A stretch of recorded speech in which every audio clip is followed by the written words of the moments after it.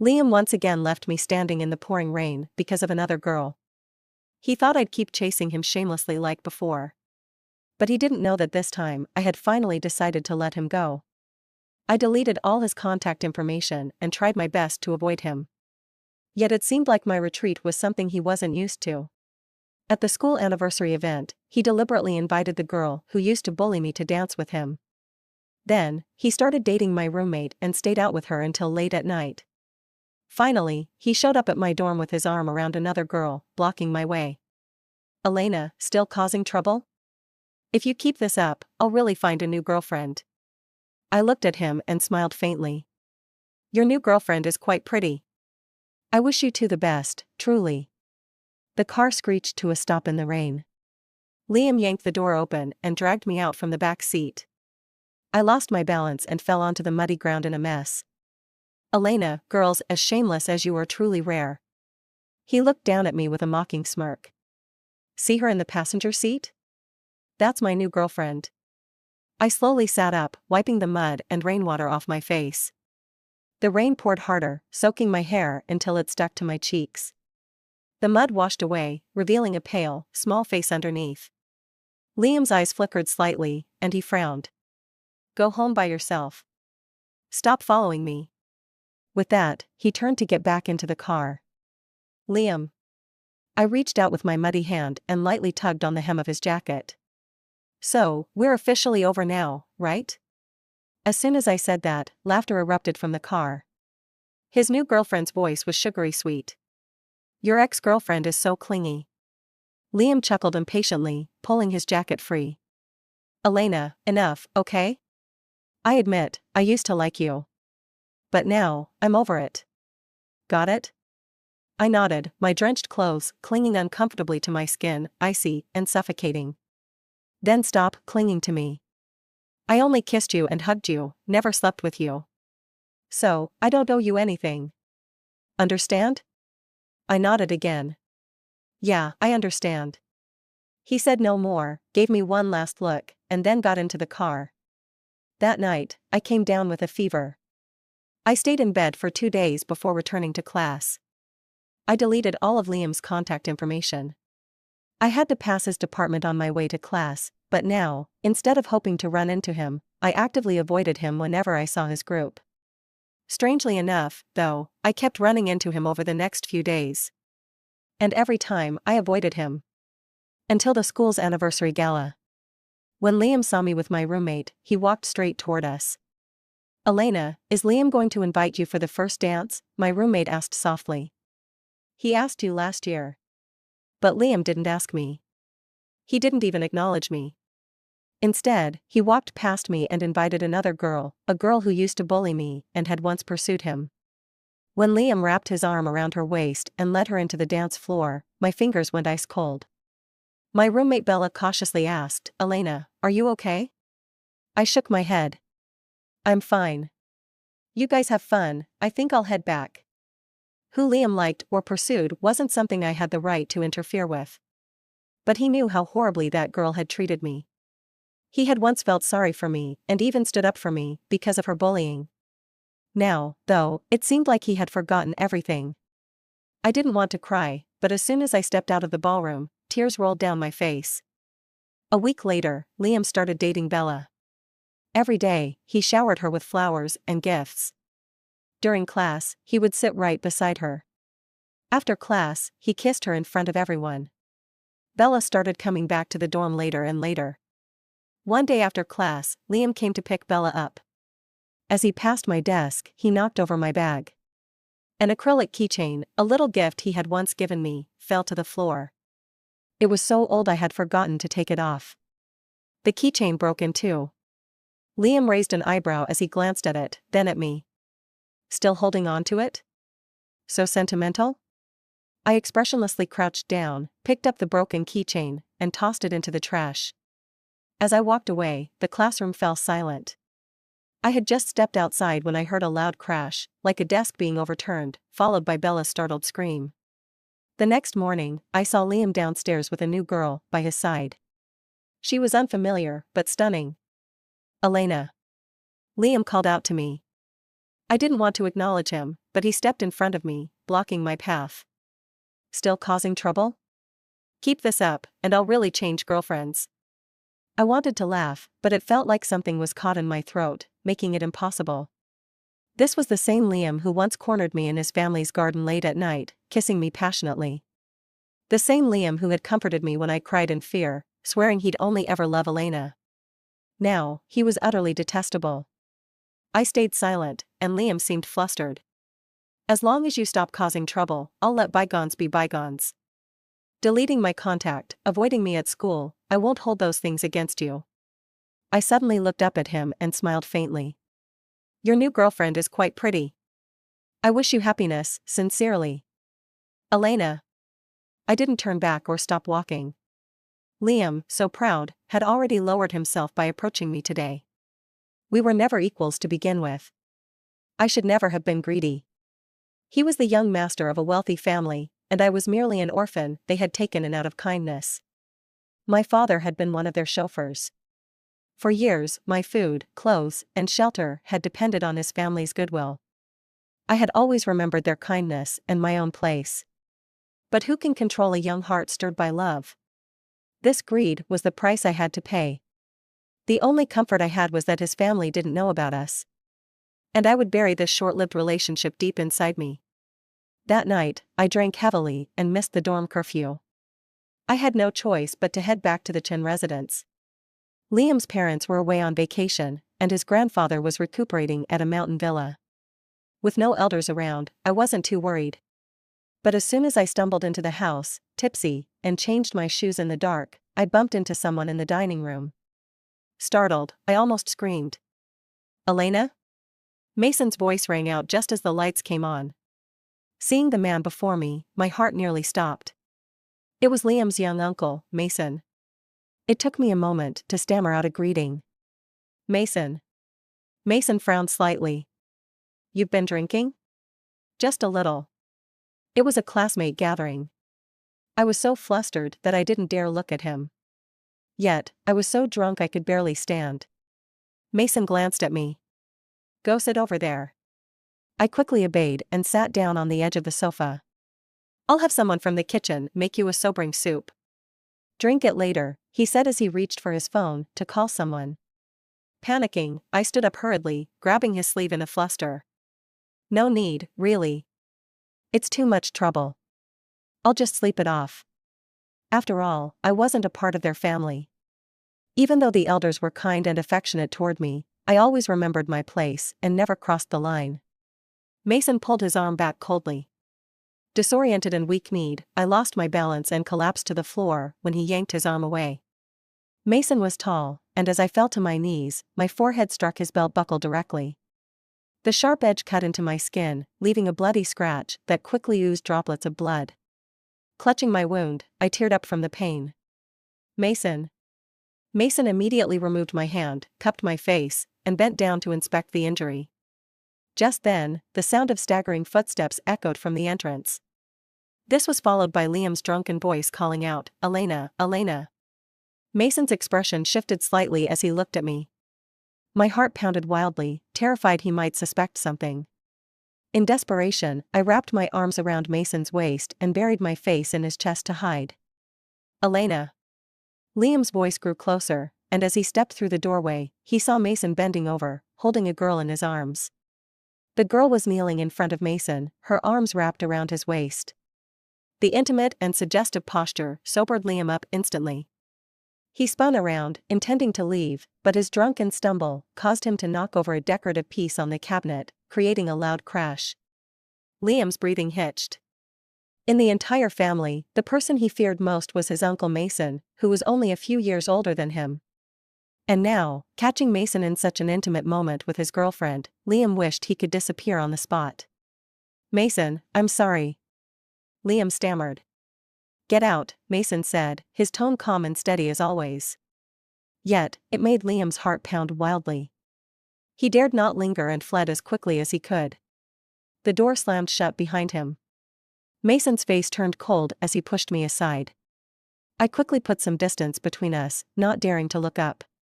The pain from the wound on my forehead burned like fire, but I didn't dare touch it. I'm sorry. I didn't mean to. I stammered, unable to admit that I'd acted out of fear of Liam discovering us. Mason looked at me sitting on the floor, dazed and pale, with the blood on my forehead drying and the edges of the wound red and swollen. His expression softened slightly. Come with me. Let's treat your wound, he said, turning toward the stairs. I didn't dare delay and scrambled to get up, though my legs were so weak I could barely stand. Leaning against the sofa for support, I steadied myself. Mason walked a few steps, then turned to look back when he noticed I wasn't following. Elena, he called, his voice calm but firm. Tears welled up in my eyes. I can take care of it myself in my room. There's no need to trouble you, I whispered, my voice trembling. He was silent for a few seconds. As you wish, he replied before turning and heading upstairs. I watched his retreating figure, my emotions in turmoil. It was too late to say anything now. All I could hope for was that Mason hadn't noticed anything suspicious earlier. I stumbled back to my room in a daze. A short while later, there was a knock on the door. Opening it, I found a servant holding a bag. Miss Elena, Mr. Mason asked me to bring you these ointments. I took the bag, staring blankly at the contents inside. Please thank him for me, I said softly. Of course. Rest well, the servant replied before leaving. As I closed the door, my chest felt inexplicably heavy. The next day at school, Liam cornered me as soon as I arrived. Still hungover and weighed down by everything that had happened, I hadn't slept all night and was in no mood to deal with him. I ignored him and turned to leave. Elena, he called out, not chasing after me. But his next words froze me in my tracks. I'm planning to tell my parents about us. My mind went blank. Are you crazy? Anger and fear made me tremble, my hands and feet cold. Liam stepped closer, frowning as he noticed the injury on my forehead. What happened to you? It's none of your business. Answer me, why would you tell your parents?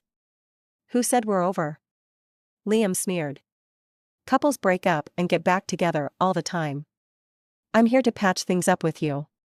We're the same as before. You're still my girlfriend. Liam smirked, his tone both mocking and malicious. If you don't get back together with me, I'll tell my parents that you seduced me. That night, you took off your clothes and climbed into my bed on purpose. You're the reason I lost control. Do you think they'd believe you're innocent after hearing that? You're despicable, Liam. I cried, furious. I raised my hand and slapped him hard across the face. The sound echoed, leaving red marks on his cheek. I admit I went too far before. I'm sorry, Liam said, touching his face and suppressing his anger. This slap settles the score, okay? Let's move on. He leaned in, trying to embrace me as he always had. Don't make this harder than it needs to be. You know how much I like you. As he lowered his head to kiss me, I slapped him again, even harder than before. Liam, I'd rather die than get back together with you. Say whatever you want. I've done nothing wrong and have nothing to hide. Elena, are you sure you want to keep this up? Liam's tone grew colder, his face darkening. From birth, he'd been the untouchable young master. No one had ever laid a hand on him, yet I'd slapped him twice. But I didn't care anymore. I was just an orphan with nothing to lose. The night you pushed me out of the car was the night we ended things, I said, wiping my tears away. And I stopped loving you then, too. If you want revenge, go ahead. The life I have now is thanks to your parents' kindness. Even if you take it all away, I won't complain. Don't push me, Elena, he warned, his voice low and threatening. You know I've never been denied anything I wanted. And I'm still a person, Liam, I replied, my voice steady despite the tears in my eyes. Even at my lowest, I won't let you trample on me again. I knew Liam wouldn't let this go. But I never expected him to do something so unforgivable. When I received a call from Liam's mom, I had just stepped out of the library. It was noon, and the sunlight was making people drowsy. But I felt like I had plunged into an icy abyss. Elena, the driver is waiting outside the school gate. Come back home, her voice was curt and distant, completely unlike her usual self. Is something wrong? I asked hesitantly. You'll know when you get here, she said, her tone cold. Anxiety gripped me as I left the school grounds. My mind raced, unsettled by Liam's recent words. My heart sank deeper and deeper, weighed down by his remarks. When Liam and I first started secretly dating, it was sweet at the beginning. It was my first experience of love, while Liam was far more experienced. Whatever he asked of me, I would shyly but obediently comply. If he told his parents that I was the one who seduced him, I couldn't even fathom how I would face his kind and understanding parents. Nor could I imagine continuing to live there. As I feared, the moment I stepped into the Chen family's living room, Liam's mom threw a stack of photos onto the table in front of me. The photos showed me, with wet hair, wearing a white men's shirt, smiling shyly yet alluringly at the camera. I remembered that day vividly. Liam and I had gone on a date and got caught in the rain on our way back. Both of us were soaked, and Liam whimsically handed me one of his shirts after my shower, asking me to wear it. I had agreed without protest, doing as he suggested. He seemed to like how I looked, complimenting me repeatedly. That night, he kissed me endlessly, almost losing control. Later, he took several photos of me with his phone. "These are for my eyes only," he had said, creating a private album for them. "Elena, you've really disappointed me," Liam's mom said, her face dark with anger. "I've always treated you like my own daughter. All these years, I've been nothing but good to you. How could you send these kinds of photos to Liam?" Staring at the photos, I was at a loss for words. I had willingly worn the shirt, agreed to the pictures, and kept my relationship with Liam a secret from his family. Liam's mom was convinced I had seduced him. What could I say to explain myself? They had raised me for years, providing me with a life of privilege, treating me like a daughter. I owed them too much to argue or risk bringing them shame. "Auntie, it's my fault," I said softly. "I entertained feelings I shouldn't have." I knelt down and gathered the photos scattered on the floor. "You have my word. I've thought it through and won't repeat such shameless behavior. I'll move out today." I took a deep breath, holding back tears, and bowed deeply. "Thank you for all the kindness you've shown me over the years. I will never forget it." With that, I turned to head upstairs, but as I did, I caught sight of Mason standing a short distance away. I hadn't noticed when he returned. His suit jacket was draped over his arm. It was unclear how much of the conversation he had overheard.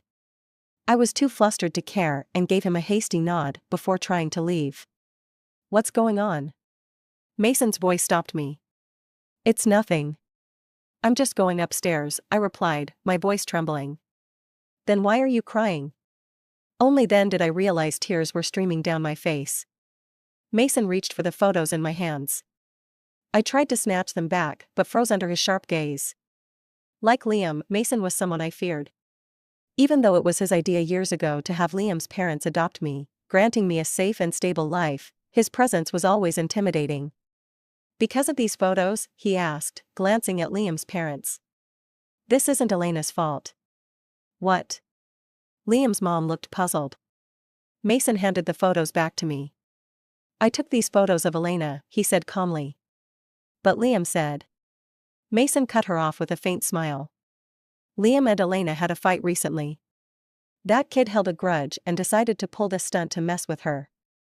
Liam's mom let out a breath of relief, but still looked skeptical. "Then why would you take such photos of Elena?" "She's still a child," Liam's father added with a frown. I stood frozen, overwhelmed and confused by Mason's unexpected intervention. Mason walked over to me, his hand resting lightly on my head. "She's 21 now. Hardly a child anymore," he said. "And dating isn't a crime, is it?" The situation ended in a bewildering way. I inexplicably became Mason's girlfriend. Liam's mom apologized to me and scolded Liam harshly. "He's getting more and more out of hand these days." "Exactly. He used to bully Elena, but now he's gone so far as to pull a prank like this. Elena's reputation matters, especially since she's a girl. I won't let him off this time." "Liam does need some discipline," Mason said. "Why don't we have him work under me at the company for some training?" Liam's mom immediately agreed, beaming. "That's a great idea. I'd feel completely at ease with you in charge." "Don't hold back," she added. "Don't worry," Mason replied. Then he turned to me. "I'll take Elena out for dinner. We won't be back tonight." In the car, Mason finally let go of my hand. He gave the driver an address, then turned to me. Elena, I remember you were 9 when you first came here. Yes, I replied, startled by his sudden reminiscence. When did you start dating Liam? About a year ago, I stammered. But we've broken up. Do you still like him? I hesitated, feeling a dull ache in my chest, but I shook my head. No, I don't. Mason nodded slightly. Are you sure? Yes, I said firmly. Good. Tomorrow, you'll move out, he said. I'll have someone pick you up once your things are packed. Pick me up? Where to? My place, Mason replied matter-of-factly. But you're my girlfriend now, aren't you? But that's just a pretense to help me out. Don't want to? Mason raised a brow. And no, it's just. You're Mason. You're my elder. Elena, he interrupted. I'm Liam's uncle, but we're not related by blood. And I'm only 8 years older than you. He leaned closer, his gaze steady. Besides, if I recall correctly, you were the one who came to me first. I flushed at the memory of that night, unable to argue. Seeing my silence, Mason softened his tone. Living with me will keep Liam from bothering you. Think it over. I moved into Mason's house. The house was much closer to my school. Mason was usually busy, so I still stayed in the dorm most of the time. Only on weekends would he come to pick me up. A few days ago, Mason arranged for Liam to intern at the company. He was sent directly abroad. Liam feared Mason and didn't dare slack off on work matters. As a result, he was constantly busy and had no time to pester me anymore. A month later, when Liam returned from his overseas trip and came to look for me at school, I had just stepped out of Mason's car. I waved at Liam, ready to leave, but Mason stopped me. Elena. Yes? Do you need something? I took 2 steps back toward the car. Mason reached out and grabbed my wrist, pulling me into his arms with a slight tug. Mason, I panicked, worried that a passing classmate might see us. I'll pick you up tonight. He let go of my wrist, and I quickly stood straight. But just then, someone roughly grabbed my arm. Elena. Liam's eyes were practically blazing with anger. What are you doing? Are you flirting with my uncle now? Mason got out of the car, gripped Liam's wrist, and said coldly, let go. If everything goes as planned, 2 years from now, when Elena graduates, you'll need to start calling her aunt. Mason's gaze was firm as he looked at Liam. So, starting this moment, you'd better show her some respect. Liam was utterly stunned, and even I looked at Mason in shock. Elena, go back to the dorm. No. She can't leave. Liam was on the verge of breaking down. He held on to me tightly. Mason, she's my girlfriend. This isn't funny. No one is joking with you. Mason's cold gaze landed on Liam's hand. Take your hand off her. I don't believe it. I just don't believe it. Liam shook his head repeatedly, looking at me. I know. You're doing this on purpose, to provoke me, aren't you? Seeing Liam refuse to let go, Mason didn't waste any more words.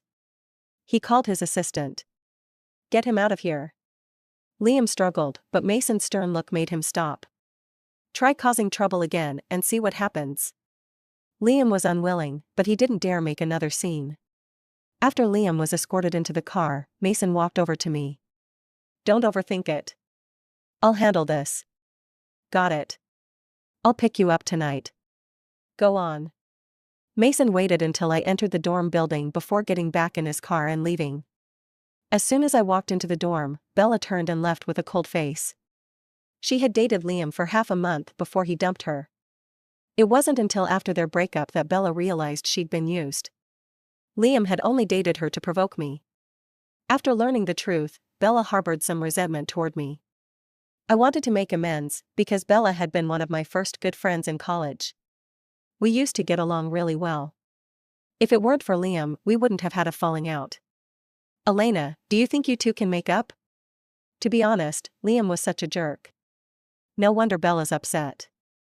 I felt the same way. A girl like Bella couldn't possibly withstand Liam's charm. I'll go talk to her. Yeah, you two should have a proper conversation.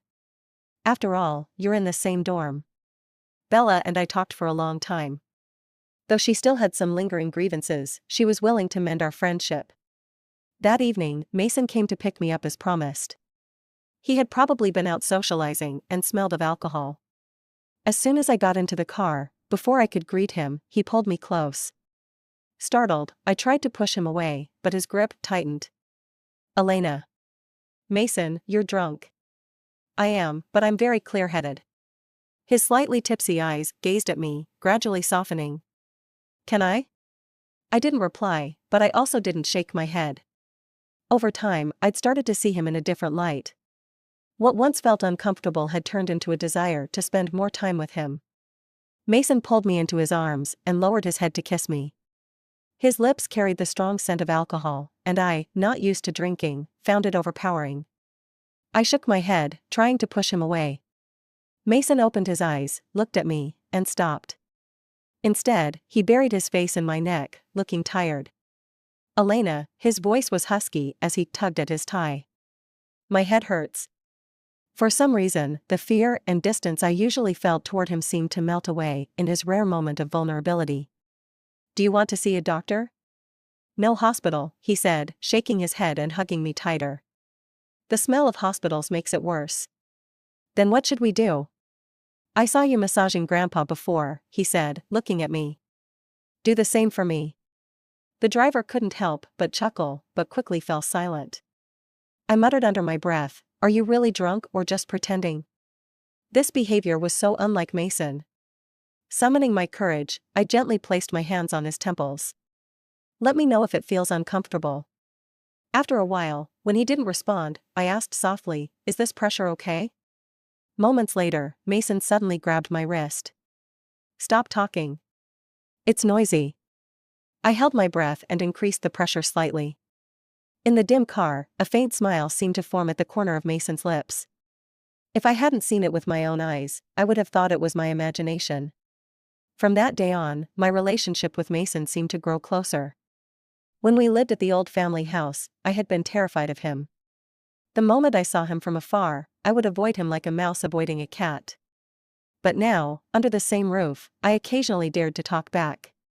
Mason was extremely busy, but every Friday night, without fail, he would come to pick me up. Even though we lived in the same house, we slept in separate rooms. Mason was reserved and disciplined, a true gentleman. Except for a goodnight kiss on weekend nights, he rarely showed any physical affection. Living with him, I gradually felt at ease. For the first time in years, I experienced a sense of belonging, as though I truly had a home. Every elder in the old house had treated me kindly. But as a child living under someone else's roof, I had always been sensitive and mature, beyond my years. Though I lacked nothing materially, I'd never felt a sense of home, not even during the months when Liam treated me well. Yet with Mason, I finally found that feeling. I couldn't pinpoint when it started, but I began looking forward to Fridays. Looking forward to seeing his car downstairs. Looking forward to opening the car door and seeing him. Looking forward to curling up with him on the couch to watch a random movie. Looking forward to those goodnight kisses on weekend nights. I loved hearing him call me Elena. It felt intimate, like a warmth that softened my heart. It made me feel like a little girl again, someone who could be willful without the fear of being disliked or sent away. On the eve of summer vacation, Mason had a 2-week business trip to France. Initially, he planned to take me with him. But I had an important exam coming up, so I couldn't go with him. The day I finished my exam, Bella suggested a night out at a bar with our dorm mates to unwind. After taking a shower back at the dorm, I was drying my hair when I made a video call to Mason. It took him a while to pick up. In the video, Mason was wearing a navy blue shirt, sitting in what appeared to be an office. By my calculations, he still had 3 days before coming back. Yet, from the second day of his trip, I already started missing him. Heading out? He asked. Yes, I'm going to a bar with my dorm mates later. We might have a few drinks. I'll arrange a car to take you there and pick you up afterward. No need for that. It's just my dorm mates and classmates. How did the exam go? Not bad. Looking at Mason on the screen, I couldn't help but reach out and lightly touch his face. Mason, you're coming back the day after tomorrow, right? Yes. should I pick you up? Mason chuckled, you'll drive? I glared at him, puffing out my cheeks. I've had my license since I became an adult. Alright, then. Come pick me up. I'll go dry my hair now. Elena. What is it, Mason? In the video, Mason gazed at me, his expression relaxed, carrying a trace of gentleness. Call me when you get back tonight. Got it. I got you a gift. On the screen, I smiled, my eyes curving into crescents. Thank you. You're the best. Go now, dry your hair, or you'll catch a cold. Roger that. As I headed out, a sense of elation filled me. The night was electric, and I ended up drinking a bit too much. Since most of us were girls, the drinks were mainly beer, fruit wines, and low-alcohol cocktails. But the mix of drinks made me dizzy, quickly. At that moment, Bella approached with a glass of wine. Elena, she said, handing it to me. Have a drink. I smiled at her foolishly through my haze. Does that mean if I drink this, everything's fine between us? Bella laughed, yes, drink this, and it's all good. Not one to overthink, I downed the glass in one go, and Bella did the same. Let's step outside and talk, she suggested. The private room was noisy, filled with chaotic chatter and laughter, making conversation impossible. I followed Bella out. This room is empty, let's sit here. Bella led me to the end of the hallway and opened the door to a private room. But I didn't step in. Bella, I called out. She turned to me, the smile on her face fading entirely. If I'm not mistaken, someone's in that room, aren't they? My pounding headache made me steady myself against the wall. Orphaned young and raised under someone else's roof, I, Elena, grew up cautiously, far from a naive girl without defenses. Elena, don't blame me, Bella said, grasping my arm. Liam told me to bring you here. If I didn't, he threatened to post my photos online. Bella's pale face twisted into a bitter smile. I truly like him, but he's never felt the same about me. I'm not doing this for him, I'm doing it for myself. Elena, I'm not like you. I can't afford to lose face. My family can't afford it. With that, she yanked me into the room. As I struggled, Liam's hands firmly gripped me. Bella released me, her expression vacant. Bella. I called her name weakly, but she had already closed her eyes and shut the door. Darkness consumed my vision. Liam's body pressed against mine, the strong smell of alcohol enveloping me. Elena, he murmured. I should have taken you long ago. I shouldn't have held back just because you were younger. I fought back with all my strength, but Liam was far stronger. My body, burning with heat from the alcohol and drugs, refused to obey me. He spun me around to face him and forced a harsh kiss on me. As I tried to push him away, a maddening desire clawed at me from within. Mason has a cleanliness obsession, Liam sneered. Once I have you, he'll never want you again. For the rest of your life, you'll be mine, even if it kills you. Cold air rushed over me as he tore my dress apart. The shock cleared my head for a brief moment. When Liam leaned in to kiss me again, I summoned all my strength and kneed him hard. But what I thought was all my strength barely fazed him. He grunted in pain but quickly retaliated, his hand closing around my throat. How long have you been sneaking around with Mason under my nose? For years, women have thrown themselves at him, and he's ignored them all. Why you? He knew you were dating me. Liam's handsome face contorted with rage. I clawed at his hand, gasping for air, on the brink of passing out. Then, just as my vision dimmed, Liam suddenly let go. He flung me onto the couch and lunged at me again. At that moment, the door burst open with a loud crash. The weight pressing on me disappeared. A thud followed by Liam's pained scream echoed in the room. Through the blur, I saw Mason's furious face. He draped his jacket over my exposed body, shielding me. Elena, he called softly, scooping me into his arms. Wrapped in his scent and warmth, I knew I was safe. Tears streamed down my face as I buried myself in his chest. What are you doing here? I choked. Weren't you supposed to be in France? You weren't due back for 3 more days. I wrapped up work early and came back ahead of schedule, Mason said, holding me tighter. It's over. You're safe now. He pressed a gentle kiss on my brow. In the car, I started acting up, Whatever Bella had put in that drink left me unbearably hot, as if ants were crawling all over my skin. By the time we neared the hospital, I'd nearly stripped Mason of his clothes. My high temperature made him feel cool to the touch, and I clung to him like a lifeline. "Elena," Mason said, exasperated as he tried to hold me back. But I climbed onto his lap, wrapping myself around him. "Mason." I cupped his face and kissed him, my throat burning with an insatiable thirst. "Water," I pleaded. "I'll get it for you." As he tried to move, I clung tighter to his neck. "No need, you have it." Mason wrapped me in his coat and carried me back to the room. "Go take a shower first." He carried me to the bathroom. The water temperature was intentionally set a little lower than usual. At first, I felt somewhat comfortable and stopped pestering him, humming softly instead. But just 5 minutes after I got out of the shower, my body started to heat up again. Mason's shirt and pants had gotten a little wet from the water.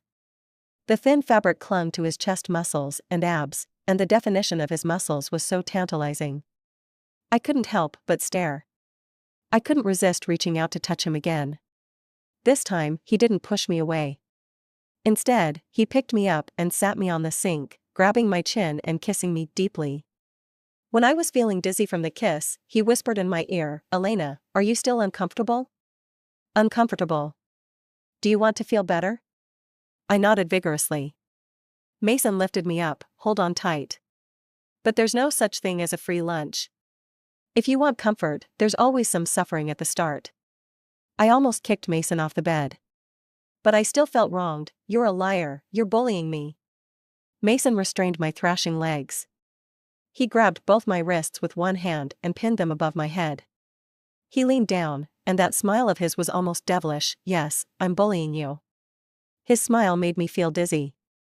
Before I knew it, he had his way with me for the whole night. Liam stayed in the hospital for 2 weeks. That night, he had the misfortune of being kicked to the ground by his uncle, breaking 2 ribs. As soon as his injuries healed, he was sent abroad. As for Bella, Mason asked for my opinion. I hesitated for a long time. If I pursued this matter, what Bella did to me by drugging my drink was no small thing. It was a criminal offense. She would never graduate, and there would be a permanent stain on her record. But I'm not a saint, so in the end, I decided to call the police and let them handle it. The police's findings were never made public, but not long after, Bella was expelled from school and forced to withdraw. I was at school the day her parents came to pick her up. She cried uncontrollably as she left the dorm with her family. I felt a little upset inside. But no matter what, if you make a mistake, you have to pay the price. When Mason called me, he could tell I wasn't in a good mood. He drove over to pick me up that evening. That night, he didn't take me out for a fancy dinner. He cooked dinner himself, steak and pasta. We had a little red wine with it. Later, while cooling off on the terrace, I asked him, "Did you like me all along?" Mason shook his wine glass. "I'm not that perverted." I couldn't help but laugh. "I didn't mean years ago." Mason lowered his head and took a sip of his wine. "I mean before you secretly started dating Liam." "Then why didn't you tell me?" Mason put his glass down and extended his hand to me. I took his hand and snuggled into his arms. "If I hadn't broken up with Liam, would you have kept quiet about it forever?" "No." Mason stroked my hair. "I wavered when I realized you weren't happy with him." "When did you realize?" "One night I came back late, and you were crying alone in the garden. I heard you calling Liam over and over again, but no one picked up. Eventually, you were blocked. I thought you'd be crying even harder, but you weren't." Mason paused here. He pulled me in closer, and his voice dropped. "You didn't cry, but instead, you muttered to yourself." "What did I say?" Mason kissed me lightly. "You said, 'It's no big deal, Elena, it's not like this is the first time I've been abandoned. There's no reason to cry.'" Tears silently streamed down my face. I was just telling the truth. After my mom and dad divorced, it was just my dad who raised me. When I was little, I hated my mom for leaving me, but later, when I heard she passed away from illness, I was still heartbroken. Then, my dad left me too. From childhood to now, I've had to face farewell after farewell. So later on, as I grew up, breakups didn't hurt as much for me. It felt like I had already gotten used to it, living alone, just me. It won't be like that anymore. Mason gently patted my back. Elena, I'll be with you from now on. Why do you like me?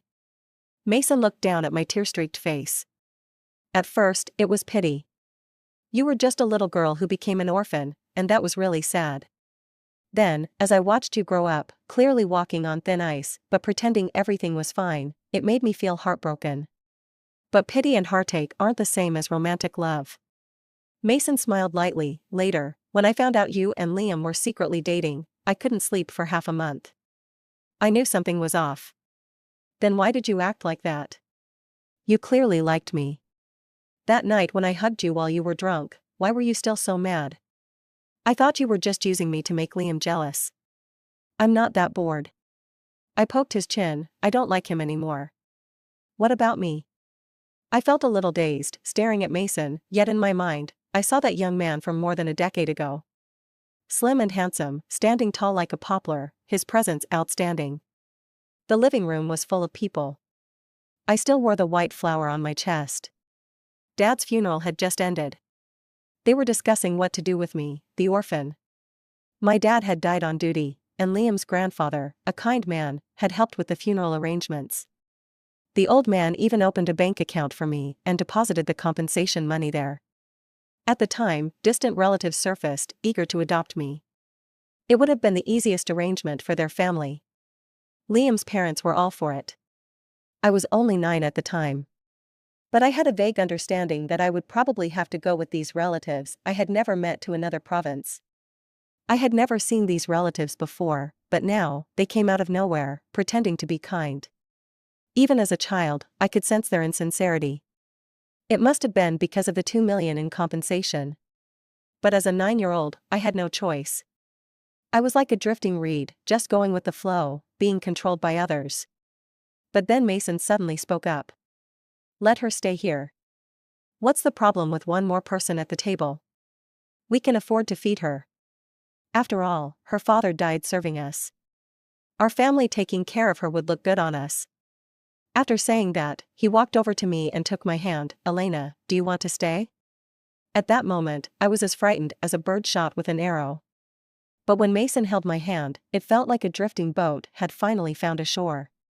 In my subconscious, I always felt that this uncle, who had no blood relation to me, was somehow far more reassuring than the so-called cousins and their spouses. I nodded through my tears, gripping his hand and refusing to let go. Mason wiped my tears away. Then stay here.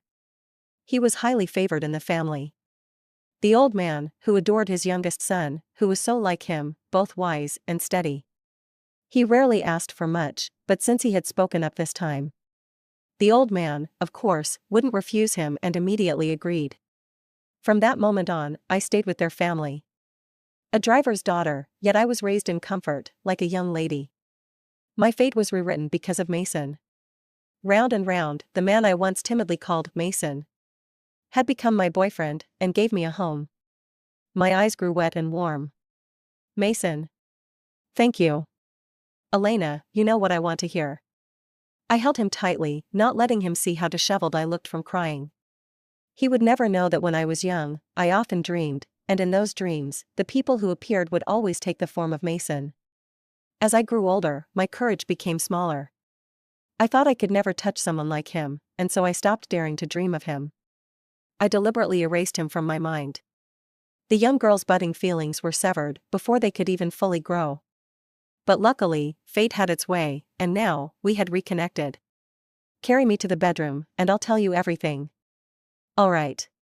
Mason picked me up. I rested on his shoulder, feeling the rhythm of his heartbeat. It turned out that every love story had its trace to follow.